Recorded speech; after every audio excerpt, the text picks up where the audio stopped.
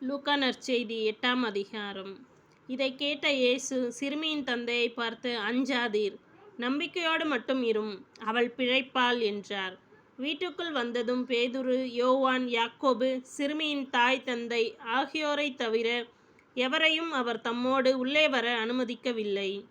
அவளுக்காக அனைவரும் மாரடித்து புலம்பி அழுது கொண்டிருந்தார்கள். இயேசுவோ, அழாதீர்கள், இவள் இறக்கவில்லை, உறங்குகிறாள் என்றார். அவள் இறந்துவிட்டாள் என்று அறிந்திருந்ததால் அவரை பார்த்து அவர்கள் நகைத்தார்கள். அவர் அவளது கையை பிடித்து, சிறுமியே, எழுந்திடு என்று கூப்பிட்டார். உயிர் மூச்சு திரும்பி வரவே உடனே அவள் எழுந்தாள். இயேசு அவளுக்கு உணவு கொடுக்க பணித்தார். அவளுடைய பெற்றோர் மலைத்து போயினர். நடந்ததை எவருக்கும் சொல்ல வேண்டாம் என்று அவர்களுக்கு அவர் கட்டளையிட்டார். 9ஆம் அதிகாரம். 12 திருத்தூதர் அனுப்பப்படுதல்.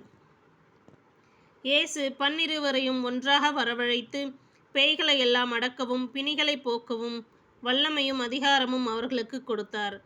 இறையாட்சி பற்றி பறைசாற்றவும் உடல்நலம் குன்றியோரின் பிணி தீர்க்கவும் அவர்களை அனுப்பினார். அப்போது அவர்களை நோக்கி, பயணத்திற்கு கைத்தடி, பை, உணவு, பணம் போன்ற எதையும் எடுத்துக்கொண்டு போக வேண்டாம். ஓர் அங்கி போதும். நீங்கள் எந்த வீட்டுக்குள் சென்றாலும் அங்கே தங்கியிருங்கள். அங்கிருந்தே புறப்படுங்கள். உங்களை ஏற்றுக்கொள்ளாதவர்களுடைய நகரை விட்டு புறப்படும் போது உங்கள் கால்களில் படிந்துள்ள தூசியை உதறிவிடுங்கள். இதுவே அவர்களுக்கு எதிரான சான்றாகும் என்றார். அவர்கள் ஊர் ஊராக சென்று எங்கும் நற்செய்தியை அறிவித்து நோயாளிகளை குணமாக்கினார்கள். ஏரோதுவின் குழப்பம். நிகழ்ந்தவற்றையெல்லாம் குறுநில மன்னன் ஏரோது கேள்வியுற்று மனம் குழம்பினான். ஏனெனில் சிலர், இறந்த யோவான் உயிருடன் எழுப்பப்பட்டார் என்றனர்.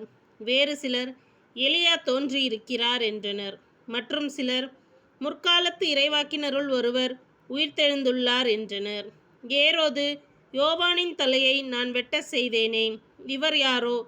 இவரை பற்றி இவ்வாறெல்லாம் கேள்விப்படுகிறேனே என்று சொல்லி இயேசுவை காண வாய்ப்பு தேடிக் கொண்டிருந்தான்.